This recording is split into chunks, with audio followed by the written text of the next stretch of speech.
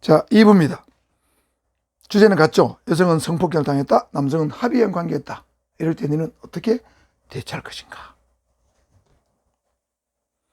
자, 전체인 맥락 이해봤습니다. 대법원 판례하고 그 다음에 성인지 감수성 개념은 살펴봤는데, 그렇다면 한간에는 성인지 감수성은 유죄 추정의 원칙이 아니냐, 이렇게 주장하는 사람이 있습니다. 과연 유죄 추정 원칙과 같을까요? 다를까요? 여러분 알다시피 이 성폭행 사건, 성희롱 사건은 대부분의 경우에 증인이 없습니다. 물증도 없습니다. 오로지 존재하는 것은 피해자 진술밖에 없습니다. 그래서 피해자 진술의 신빙성 또는 진술 증거의 신빙성을 어떻게 판단하냐가 가장 중요한 문제입니다. 그래서 피해자 진술과 기타 혹시 다른 정황, 증거는 없지만 정황을 고려해서 진술 증거의 증명력이 만일에 있다는 판단이 서면 유죄 선고를 하고, 만일에 그렇지 않다면 무죄 선고를 하게 됩니다. 결국에는 피해자 진술 증거의 신빙성에 따라서 판결하게 되므로 성인지 감수성 자체가 유죄 추정 원칙과 일치한다 볼 수는 없습니다. 경우에 따라서 유죄가 될 수도 있고 무죄가 될 수 있으니까요. 그래서 성인지 감수성은 유죄 추정 원칙과는 다른 개념이다 하는 걸 알아두시고요. 두 번째입니다. 성인지 감수성은 무죄 추정의 원칙을 위반하는 것인가? 이런 주제. 이렇게 물어볼 수도 있겠죠.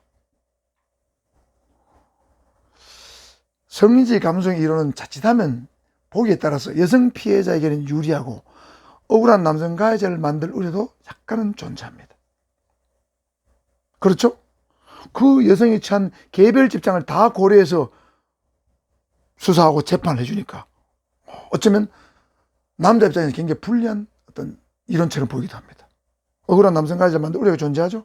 그러나 뒤집어서 역으로 생각해 본다면, 이 성인지 감수성 이론을 인정하지 않는다면 억울하게 피해를 입고도 피해 부재를 받지 못하는 그런 성범죄 피해성, 성희롱 피해성이 굉장히 증가하는 것도 예상해 볼 수가 있습니다. 그렇죠?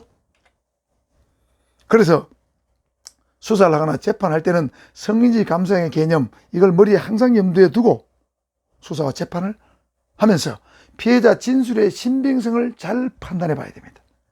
그래서 진술의 신빙성이 상당히 있다, 그러면 유죄 판단하거나 수사기관에서 입건을 해야 되고, 진술의 신빙성이 합리적 의심이 있다면 무죄 판결하거나 수사기관에서는 불기소 처분, 혐의 없음 또는 증거 불충분 불기소 처분을 해야 되겠죠. 그러므로 성인지 감수성이 무죄 추정 원칙을 깨뜨린다, 그건 잘못된 것 같아요. 무죄 추정 원칙을 깨뜨린 것은 분명히 아닙니다. 그러나 자칫하면 이 성인지 감수성의 용어, 이거를 악용하는 악의적인 여성, 어떤 성문제에 굉장히 민감한 여성 등 여성의 심리에만 지나치게 수사나 재판이 의지한다면, 그런 방향으로 재판이 이루어진다면, 수사가 이루어진다면 억울한 남성의 가해자가 나올 여지도 약간은 존재합니다. 무죄 추정 원칙을 깨뜨린 것은 아니지만 그런 위험성은 조금 존재한다는 거죠. 자, 예를 들어 볼까요? 곰탕지 사건의 경우에 여러분 유튜브에 가서 영상을 한번 보십시오. 1.3초의 짧은 동영상 속에서 남성이 여성의 신체 부위에 손을 댔는지 안 댔는지 저도 수도 없이 봤는데 도저히 제 눈으로는 확인이 안 됩니다. 그럼에도 불구하고 성인지 감수성 논리로 피해자 진술에 일관성이 있다는 이유만으로 유죄 확정이 된 것은 어쩌면 헌법상의 대원칙인 무죄 추정 원칙에 대한 중대한 도전이 아니냐, 위협이 아니냐, 이런 생각이 저는 약간 듭니다. 여러분은 어떻습니까? 그러므로 무죄 추정 원칙과 성인지 감수성, 헌법상의 대원칙, 대법원의 판례죠? 헌법상의 대원칙과 대법원 판례인 성인지 감수성을 동일한 비중으로 두고 수사와 재판을 할 때 이 균형 잡힌 시각에서 한 것이 굉장히 바람직하다고 저는 생각을 합니다. 그래서 앞으로 남성과 여성의 주장이 첨예하게 충돌하거나 대립하는 그런 경우, 남성은 합의다, 여성은 당했다 할 때 어떻게 수사하는 게 좋겠는가? 어디에 수사의 주안점을 둘 것인가? 이게 굉장히 중요한, 경찰관이 되기 위해서는 굉장히 중요한 거죠. 앞으로 이런 일이 여러분에게 경찰관이 닥칠 수 있기 때문에 그래서 기존의 통상의 여성 피해자가 보여주는 특징적 행동들이 있는데 그 행동만으로 합의행 관계라고 단정해서는 안 된다는 것이 대법원 판례 입장입니다. 자, 볼까요?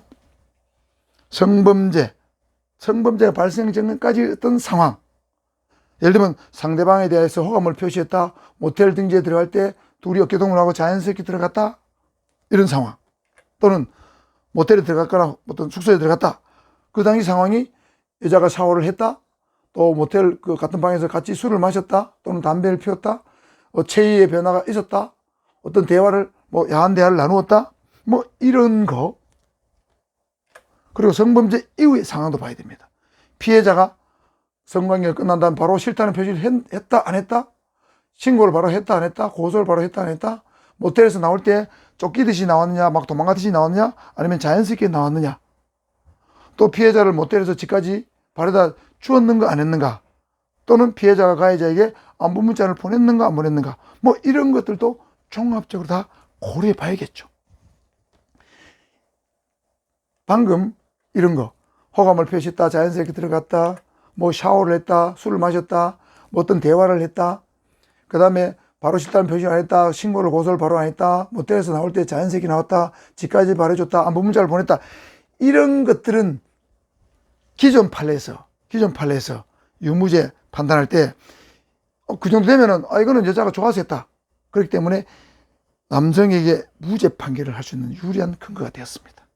그러나 이 성인지 감수성 판례 이후에는 위와 같은 어떤 특징적 행동만으로, 탄핵 방법만으로는 무죄를 받기가 어려워졌습니다. 굉장히 중요한 얘기입니다. 다시 말해서 실제 피해자 의사와 달리 가해자에 대해서 성관계 전에 어느 정도 호감을 표시할 수도 있고입니다. 피해를 당한 직후에 바로 신고나 고소를 하지 않을 수도 있고, 그렇다는 거죠. 이 사람마다 다르다는 거예요. 어떤 사람은 바로 신고하고 어떤 사람은 신고 안 할 수도 있고 늦게 할 수도 있다는 거죠. 다 다르다는 거예요. 그래서 수사하는 재판할 때는 피해자 진술의 일관성과 모순점을 다투어야 된다는 거죠. 그래서 피해자 진술의 신빙성을 탄핵할 수 있어야 된다는 거예요. 신빙성이 있는가 없는가, 믿을 만한가 믿을 수 없는가. 그래서 피해자 진술의 신빙성을 인정하기 위한 요건이 있는데, 진술의 일관성이 있는가, 구체성이 있는가, 객관적으로 상당한가, 합리성이 있는가. 자, 요런 거 네 가지를 주안점으로 두고 수사를 하거나 재판을 해야 된다는 것이죠. 그 중에 가장 중요한 것이 일관성과 구체성이 되겠습니다. 자, 여고생 사건을 제가 말씀드리면, 이 여고생 사건은 피해자 진술에 일관성이 없다는 이유로 남성은 무죄 판결을 받은 사건입니다. 자, 사건의 개요는 여기 안 적었지만 제가 말로 얘기할게요. 어떤 여고생이 남자친구와 사귀다 헤어졌어요. 실제 사건입니다. 판례입니다. 마음이 꿀꿀해가지고 돌아다니다가 어떤 대학교 교정에 낮에 들어갔어요. 갔다가 어떤 남자 대학생을 만나서 대화를 하다 보니까 마음이 잘 통해서 그날 성관계를 가졌습니다. 그리고 이 여학생은 학교에 등교를 해서 자기 친구들한테 몇 명한테 얘기를 했어요. 얘기를 하니까 이 얘기가 소학교에 다 돌아서 교사의 귀에 들어갔고, 교사가 그 학생의 부모한테 얘기를 하니까 부모가 여학생을 불러가지고 다구쳤습니다. 너 학교에서 말이야 남자 대학생하고 잤다고 소문났다는데 만나 하니까 이거 여고생이 엄마 나 그게 아니고 아버지한테 그게 아니고 내가 당했어 이렇게 한 거예요. 그러니까 이 부모가 그랬어 당장 신고하러 가자. 그래 경찰에 가서 신고를 해가지고 그 남자 대학생은 경찰에 잡혀갔습니다. 그래서 잡혀갔는데 이 남자 대학생이 자기는 억울하니까, 합의행 관계니까 억울하니까 변호사를 샀습니다. 변호사를 사서 자기 무죄 입장에서 노력했는데, 이 변호사는 뭐에 집중했느냐, 이 여고생의 진술에 일관성이 있는가 없는가에 집중했어요. 그래 여고생이 친구도 만나고 교사도 만나고 부모 만나보니까 말이 앞뒤가 다른 거야. 그래서 법원에서 여고생이 거짓말을 했구나, 합의행 관계를 당했다고, 자기 궁박한 입장을 빠져나가려고 거짓말을 했다는 것을 밝혀내가지고 유죄 판결을 받지 않고 무죄 판결을 받은 사건이 되겠습니다. 자, 결론적으로 성범죄 성희롱 사건에서 성인지 감성을 여러분 잘 인식하면서 염두에 두면서 피해자 진술의 일관성과 구체성을 하는데 확인하는데 수사의 초점을 둬야 됩니다.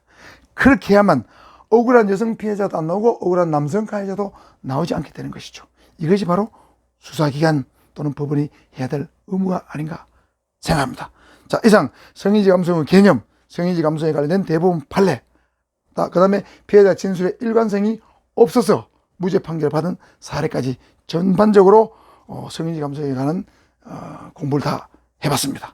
제 정보가 도움이 되시는가 모르겠습니다. 혹시 도움이 되시다면 구독 한번 눌러주시고요. 좋아요도 한번 눌러주시면 더욱더 좋은 영상 만드는데 노력하도록 하겠습니다. 감사합니다. 목이 조금 약간 말라오네요. 수고했습니다.